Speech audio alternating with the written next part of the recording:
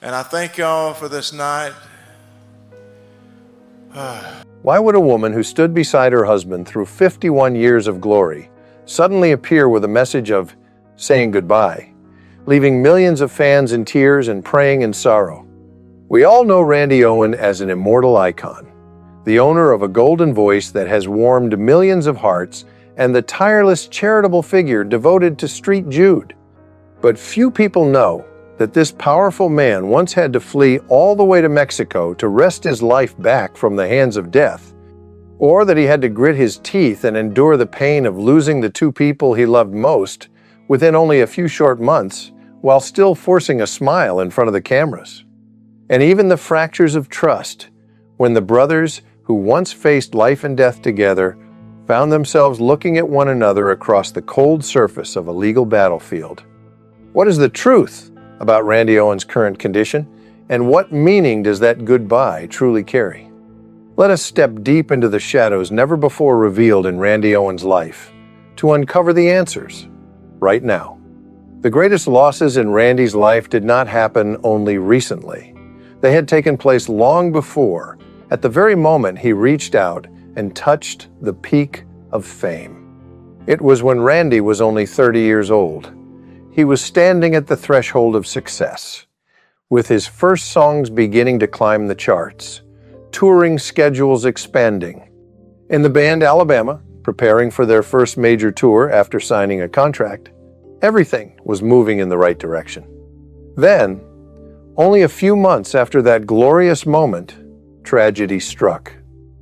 On the 17th of March, 1980, Randy's father passed away after a period of serious illness. The devastating news arrived just as the band was preparing to enter the busiest phase of their career. Success had just knocked on the door, and loss arrived at the same time. Randy once wrote in his memoir, Born Country, that his father's death haunted him. Not only for a year, not only for a decade, but for the rest of his life. Why? Because his father, Gladstone U.L. Owen, the pillar of the family, though a strict man filled with deep love, lived by faith and hard work. He was also the one who planted Randy's very first love for music. He taught his son that a voice was not meant merely for entertainment, but to reach into the hearts of others. His father often said, "You don't sing so people will applaud. You sing so they will feel." And those words stayed with him throughout his entire life. Randy's childhood had no stage lights, no modern recording studios, only wide, stretching fields and evenings when the whole family gathered to sing hymns together. Randy and his two sisters grew up surrounded by gospel songs, echoing every Sunday. But they did not sing simply for enjoyment. They sang as a way of life. His family was once known by the name the Singing Owen family, performing at local churches throughout the 1960s. There were no large fees, no contracts, only the belief that music was a gift given by God. Life in rural Alabama was not easy. The Owen family was not wealthy. Randy once worked in the fields to help his parents, and he understood clearly what it meant for sweat to mix with dust. So when fame began to arrive, Randy devoted all of his time to work, forgetting that behind him were still people always waiting for him to come home. The trips, the performances, the meetings with record labels, all of it swept him away. And when success finally came, the man who had laid the foundation for his faith in music was no longer there to witness it. There's a very particular kind of pain when you achieve what your father once dreamed of, and he is no longer alive to see it. Randy stepped onto the stage in the days after the funeral, surrounded by the cheers of the audience, while inside him was an emptiness nothing could fill. The brilliant lights could not drive away the darkness within. He wrote the song First Christmas Without Daddy as a confession of the heart. Although it did not become a loud commercial hit, it still carried the emotional value Randy wished to express. It was the quiet whisper of a son missing his father.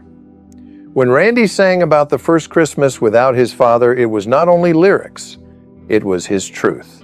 He wrote the song First Christmas Without Daddy as a confession of the heart. Although it did not become a loud commercial hit, it still carried the emotional value Randy wished to express. It was the quiet whisper of a son missing his father. When Randy sang about the first Christmas without his father, it was not only lyrics, it was his truth. Alabama's success in the years that followed was almost unbelievable. 21 consecutive #1 singles on the charts, a record that still leaves the country music world astonished to this day. They dominated radio, stadiums, and award ceremonies. The name Alabama became a symbol. But behind that chain of achievements was a man who continued to carry his private grief. Each time he reached a new milestone, Randy thought of his father.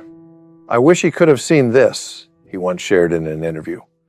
The sentence sounded simple, but it carried an ocean of emotion. Losing his father at the age of 30 taught him a lesson no classroom could ever teach. Material success cannot replace family bonds. You may sell millions of records, but you cannot buy one more day with the person you love. You may stand before tens of thousands of fans and still feel alone if one familiar pair of eyes is missing from the crowd. But this tragedy was not the end of it all. More trials were still waiting for him just ahead, and this time they would come from his own body. 30 years after his father's passing, when his career had already moved beyond its peak and become legendary, Randy Owen believed he had learned enough lessons about loss. He had stepped through the grief of 1,980, stood on the greatest stages across America with Alabama, and received applause that seemed endless. At the age of 60, his life appeared more stable than ever before. In the late 2000s, Randy focused more on his solo career and charitable activities. The Country Cares program that he co-founded raised tens of millions of dollars for St. Jude Children's Research Hospital. He was no longer only a singer. He was a caller to action, an inspiring figure, a man standing at center stage speaking about hope for children fighting illness. Life at that time seemed to have found a balanced rhythm. Tours were no longer as relentless as during the golden years, though still enough to keep the fire alive. The ranch at Lookout Mountain became the place where he found peace. Family, grandchildren, afternoons spent tending Hereford cattle, all of it made him believe that the hardest part of his life was already behind him. Then a routine medical checkup changed everything. It was only a standard blood test. The PSA level, something many middle-aged men check annually, suddenly rose abnormally high. At first, Randy was not overly worried. He had faced greater pressures before. But the doctor requested additional tests. Then another test. And finally, the examination room fell silent in the way no one wishes for. The diagnosis was delivered: prostate cancer. Randy later recalled that in that moment, every sound around him seemed to disappear. He could not clearly hear the long explanations about disease stages or treatment options. The first question that came out of his mouth was direct. "How long do I have?" That was not the question of a country music star. It was the question of a husband, a father, a grandfather who was afraid. At 60, he was not ready to think about death.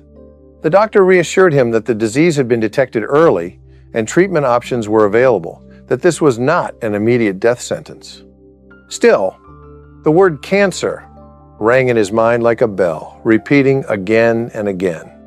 That evening, when he returned home, Randy and his wife Kelly sat facing each other in their familiar kitchen. There were no stage lights, no applause, only the two of them and a truth difficult to swallow. Kelly did not panic as she listened to her husband recount everything. She simply held his hand gently and said one simple sentence: "We will get through this." And that calmness became Randy's anchor in the weeks that followed. At that time, the HIFU method, high-intensity focused ultrasound, had not yet been widely approved in the United States. After many consultations, Randy decided to travel to Mexico for treatment. And certainly, that decision was not easy. because leaving one's homeland for surgery in another country always comes with risk and doubt. But he wanted a less invasive approach, and he trusted the medical team he had chosen. The flight to Mexico was unlike any tour he had ever taken. Only Kelly sat beside him, quiet but unwavering. During the hours of waiting before surgery, Randy said he thought often about his father. He remembered the loss of 1,980 and wondered whether his own family might have to endure something similar. In the end, fortunately, the treatment was successful without leaving major complications. Doctors believed the tumor had been completely removed. But recovery was not only physical, because the mind of someone who has just heard a cancer diagnosis cannot return to normal overnight. In 2011, Randy publicly shared that he was a cancer survivor. He did not hide it, instead speaking openly about it in interviews, on stage, and at fundraising events. He reminded people of the importance of regular health screenings. The cancer of 2010 was not merely a medical battle to be retold, it also became a test for a marriage that had lasted 35 years at that time. Throughout the treatment process, Kelly was always there, quietly, without seeking attention. She managed schedules, spoke with doctors, and kept the family steady. Randy later admitted that there were nights when he lay awake worrying about the future, and Kelly would simply place her hand on his shoulder, and that presence carried more strength than any words of encouragement. After recovering, Randy looked at the ranch at Lookout Mountain with different eyes.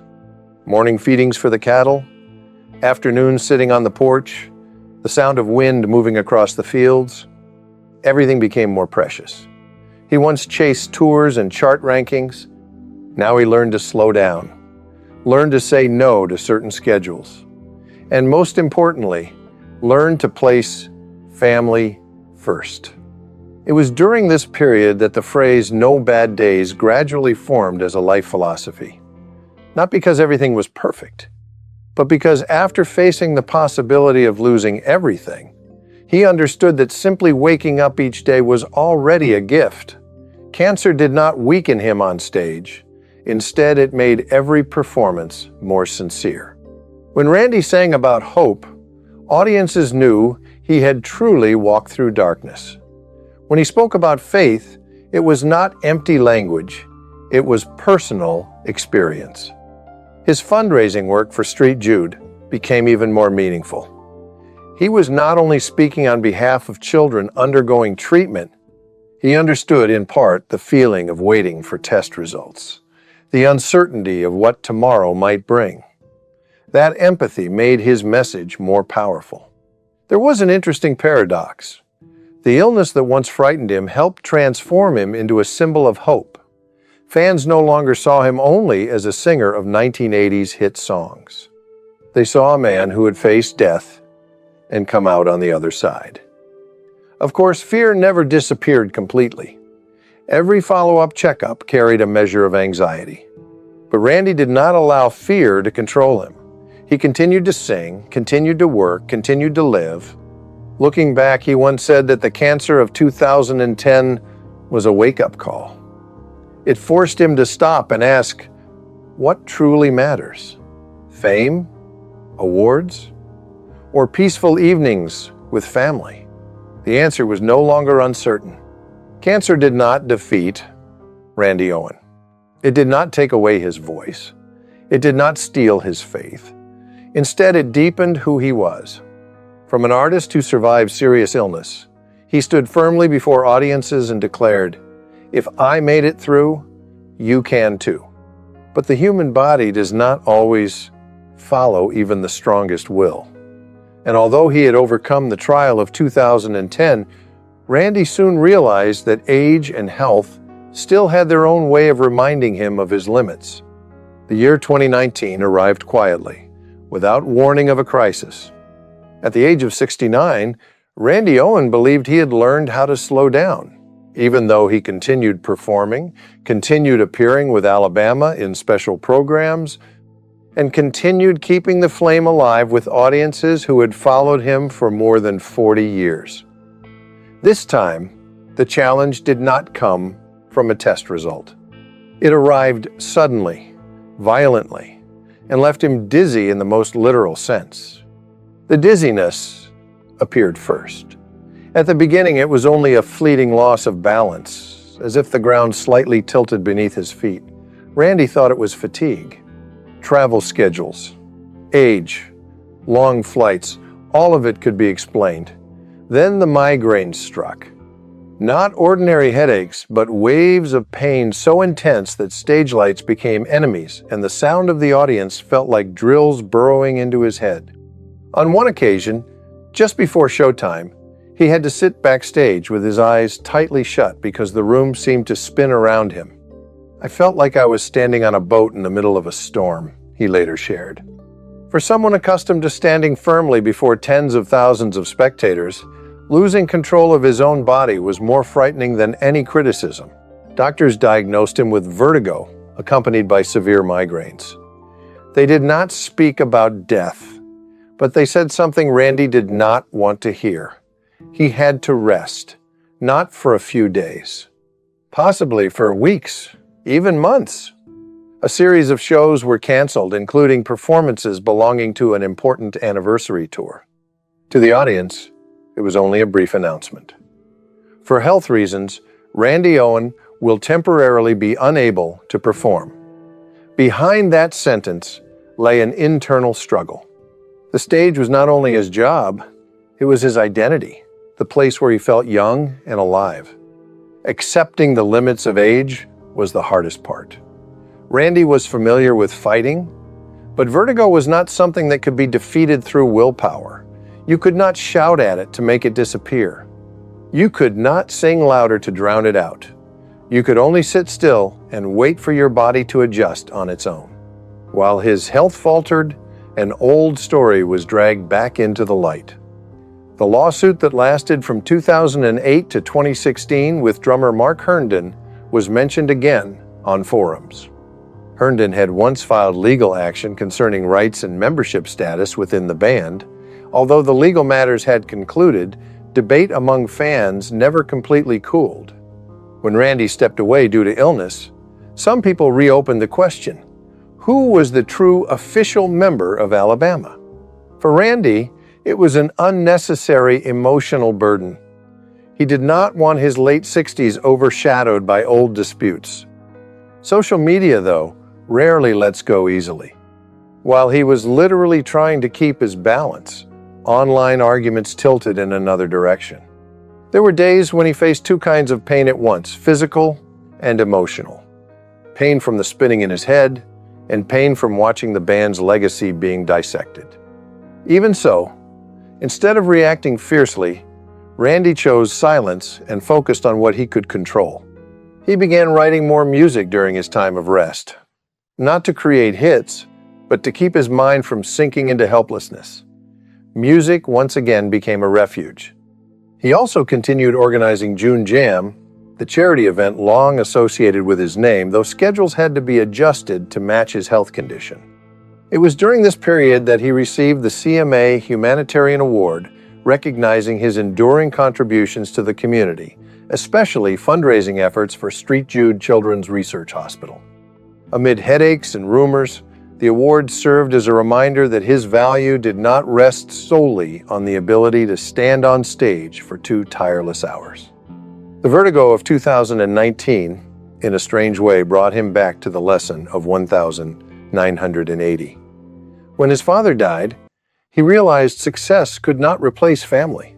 40 years later, when his body forced him to stop, he was reminded that no award is more valuable than health.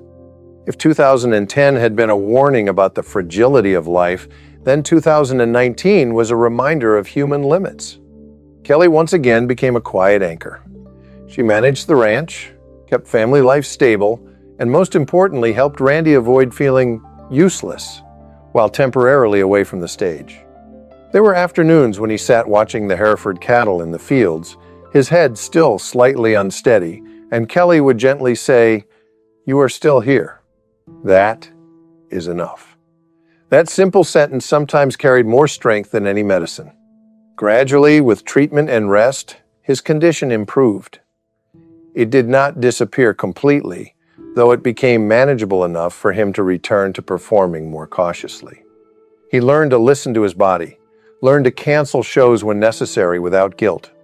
That was a major change for someone raised with the spirit that the show must go on. The headaches of 2019 were not only a medical issue, they were a reminder that time does not stand still, that even a legend must accept the laws of nature. Rather than diminishing him, the challenge made him more genuine in the eyes of fans. They saw a Randy who was not only strong, but also willing to acknowledge his own vulnerability. Looking back, he once said that Vertigo taught him patience. Patience with his body, patience with controversy, patience with himself, and above all, appreciation for every moment he could still step onto the stage, still return home after a show, still sit beside his wife during a peaceful evening. The dizziness eventually eased, and just when Randy believed he had learned enough lessons about life's fragility, the year 2022 arrived, bringing consecutive losses like a storm. This time, not his own illness, but the passing of those he loved most. The year 2022 did not begin with a loud crisis. The first month passed relatively peacefully. Randy continued living at the ranch in DeKalb County, Alabama, maintaining his familiar rhythm of daily life. Then the first sad news arrived.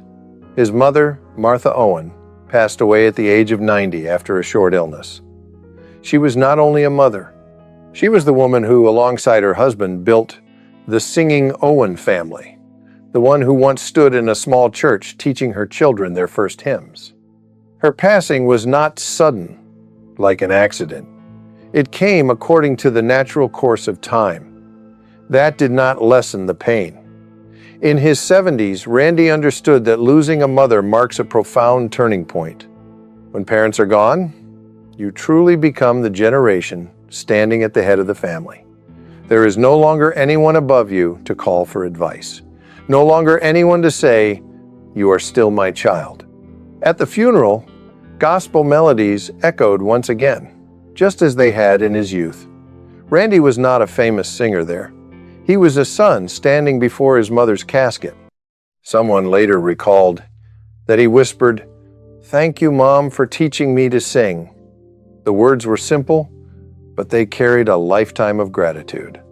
Only 5 months later, the second loss arrived, this time more devastating.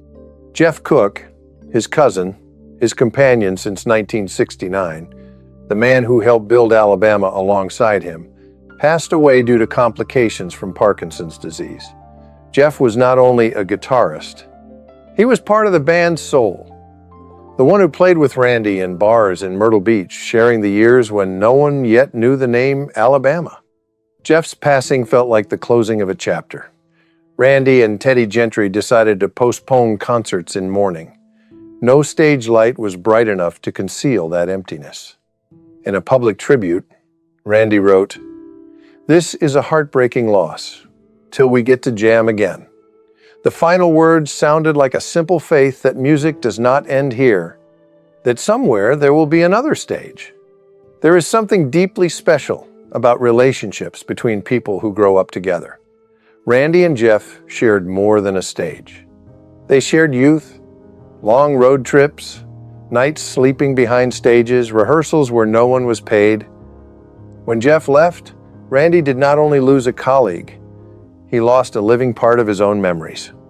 In the days after the funeral, the ranch in Alabama grew quieter than usual. Not because music was absent, but because hearts were heavy.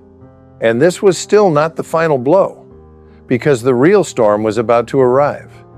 At the end of January 2026, while most people were still wrapping up the early days of the New Year holidays, social media suddenly turned into a storm. Within only a few hours, the name Randy Owen covered Facebook, YouTube, and country fan forums with chilling headlines. Serious illness. Critical condition. Kelly confirms. Saying goodbye. Thumbnails marked with glaring red text, sorrowful background music, and hastily edited old photographs all created the feeling that a real tragedy was unfolding at that very moment. The story spread at a dizzying speed. It began with a post claiming that Randy had been seen being taken to the hospital late at night. Someone wrote in the comments that they had seen an ambulance speeding away, insisting he was admitted to the emergency room close to midnight. Small details were added in a disturbingly convincing way. Cold white hospital lights, the steady beeping of heart monitors, and the image of a wife sitting silently beside a hospital bed, her hand tightly holding her husband's. The name Kelly Owen appeared in nearly every post. She was described with reddened eyes, refusing to leave the ICU room. "Kelly is saying goodbye," one headline declared. Another article even quoted a family insider, claiming the condition was very serious, with doctors doing everything possible to save him. What made everything seem more believable was the reuse of old photographs. Randy on stage under brilliant lights, microphone in hand, wearing his familiar warm smile. The contrast between that healthy image and the rumor of a critical condition created a powerful emotional shock. Fans began sharing the song "Feels So Right" as if it were a farewell. Comment sections filled with emotional messages. "Randy, please don't leave us." Is Kelly saying her final words? "God, please keep him here." Within only a few days, the rumor spread beyond Alabama's longtime fan community and reached younger audiences who may have known him only through a few classic hits. Collective panic formed quickly. Each passing hour, without an official update, intensified the fear. The thing that worried people most was the silence. No new posts, no updated photos, no reassuring videos, no press statement. In an era where a single short message can extinguish rumors, that prolonged silence became the catalyst pushing emotions to their peak. Many began asking, if nothing serious is happening, why are they not speaking? The question echoed through thousands of comments, like a shared anxiety. The true climax arrived when a message believed to be from Kelly Owen appeared online.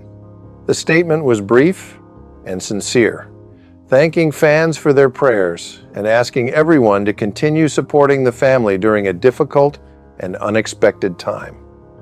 It confirmed nothing further. The phrase she used felt like a spark onto dry straw.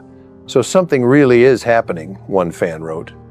At the same time, several vague posts from distant acquaintances added even more confusion. Among them, close songwriter friend Bobby Tomberlin posted that Randy was facing certain health issues and needed prayers. The message was not long, though it strengthened the belief that something serious was happening behind the imaginary hospital doors social media had constructed, allowing public imagination to fill the silence with the worst possible scenarios. For weeks, that atmosphere covered the country fan community. Analysis videos appeared everywhere. Some people examined every word of the supposed message from Kelly. Others analyzed Randy's expressions during recent performances, searching for signs of fatigue or abnormality. Every minor detail was magnified. Then, layer by layer, the dramatic curtain began to fall. Independent fact-checking pages pointed out that many details originated from clickbait websites specializing in sensational headlines.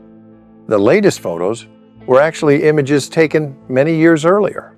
Several trusted sources within Christian broadcasting communities and official fan clubs publicly denied the accident rumors entirely.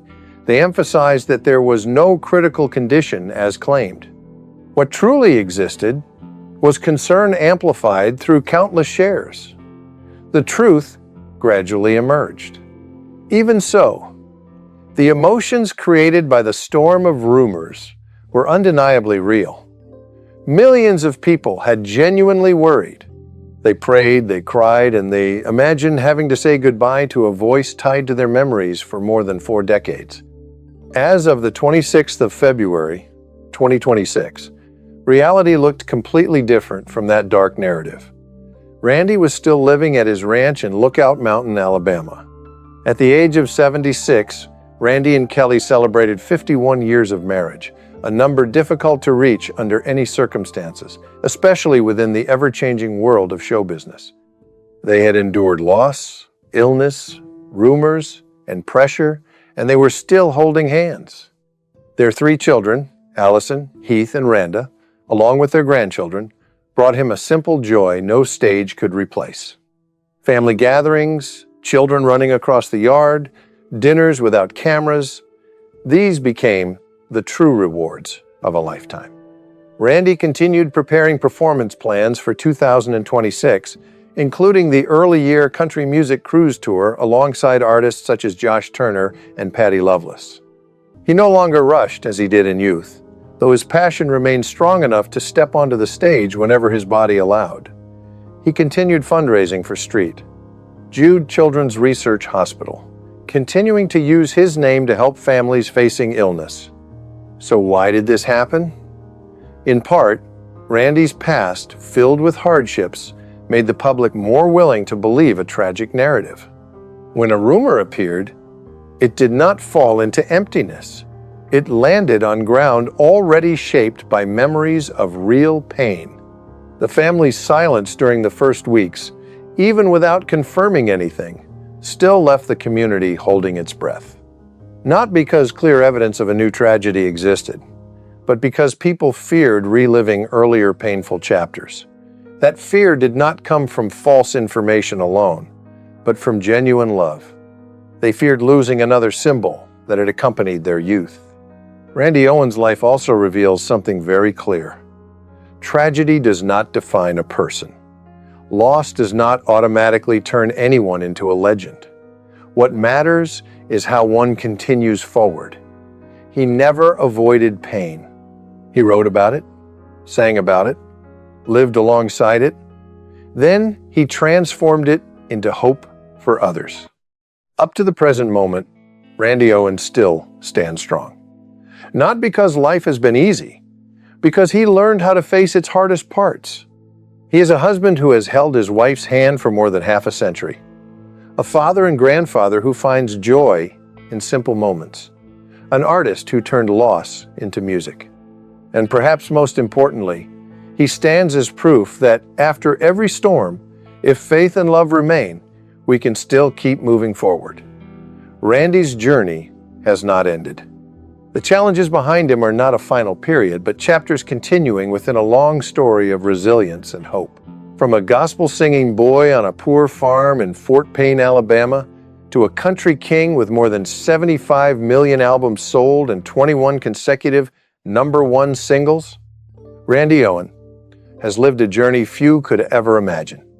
Even though the rumors of 2026 caused widespread worry, Randy Owen remains there, healthy, still singing, still smiling, still giving.